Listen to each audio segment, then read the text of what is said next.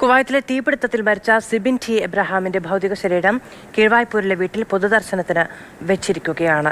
CK Abhilal വിവരങ്ങളുമായി ചേരുകയാണ് പത്തനംതിട്ടയിൽ നിന്ന്. അഭിലാൽ, ഇത്രയധികം മരണങ്ങൾ, ഇത്രയധികം ജീവൻ നഷ്ടപ്പെട്ടൊരു സംഭവം ഒരു നാടിനെ അപ്പാടെ ദുഃഖത്തിലാഴ്ത്തിയ സംഭവങ്ങളാണ്. ഇപ്പോൾ സിബിൻ്റെ സംസ്കാര ചടങ്ങുകൾക്ക് കൂടി സാക്ഷ്യം വഹിക്കുകയാണ് കേരളം. എപ്പോഴത്തേക്കാണ് ചടങ്ങുകൾ ക്രമീകരിച്ചിരിക്കുന്നത്? മറ്റു വിവരങ്ങൾ എന്തൊക്കെയാണ്?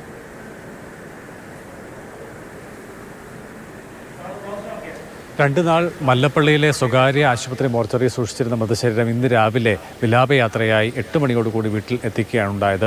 ബന്ധുക്കളും സഹപ്രവർത്തകരായിരുന്നവരും സഹപാഠികളുമായ 100 കണക്കിന് ആളുകൾ അന്തിമോപചാരം അർപ്പിക്കാൻ എത്തിയിട്ടുണ്ട്. 12:45 വരെയാണ് പൊതുദർശനം വീട്ടിൽ ഉണ്ടാവുക. അതിനുശേഷം 1 മണിയോടുകൂടി വിലാപയാത്ര പള്ളിയിലേക്ക് പുറപ്പെടും. തുടർന്ന് അവിടുത്തെ അന്തിമ ശുശ്രൂഷകൾ കൂടി പൂർത്തിയാക്കി 2 മണിയോടുകൂടി മൃതശരീരം കീഴ്വായ്പൂർ സെൻറ് തോമസ് മർത്തോമ പള്ളിയുടെ സെമിത്തേരിയിൽ സംസ്കരിക്കും. അതേസമയം തന്നെ ദുരന്തത്തിൽ മരിച്ചവരുടെ കുടുംബാംഗങ്ങളെ കേന്ദ്ര സഹമന്ത്രി ജോർജ് കുര്യൻ സന്ദർശിക്കുകയാണ്.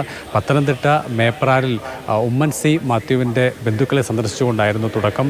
അതിനുശേഷം പാണ്ടനാട്, പന്തളം, പ്രമാടം, വാഴമുട്ടം, കോന്നി, കീഴ്വായ്പൂർ എന്നിവിടങ്ങളിലായി മരണമടഞ്ഞ മറ്റുള്ളവരുടെ കുടുംബാംഗങ്ങളെയും അദ്ദേഹം സന്ദർശിക്കും. കേന്ദ്രം ഈ ദുരന്തത്തിൽ മരിച്ചവർക്ക് അവരുടെ കുടുംബാംഗങ്ങൾക്കായി പ്രഖ്യാപിച്ചിട്ടുള്ള ധനസഹായത്തിൻ്റെ വിതരണം വളരെ വേഗത്തിൽ അവരുടെ കുടുംബാംഗങ്ങളിലേക്ക് എത്താൻ ആവശ്യമായ നടപടികളാണ് പുരോഗമിച്ചു വരുന്നതെന്ന് മേപ്രാലിൽ അദ്ദേഹം മാധ്യമങ്ങളോട് പറഞ്ഞു.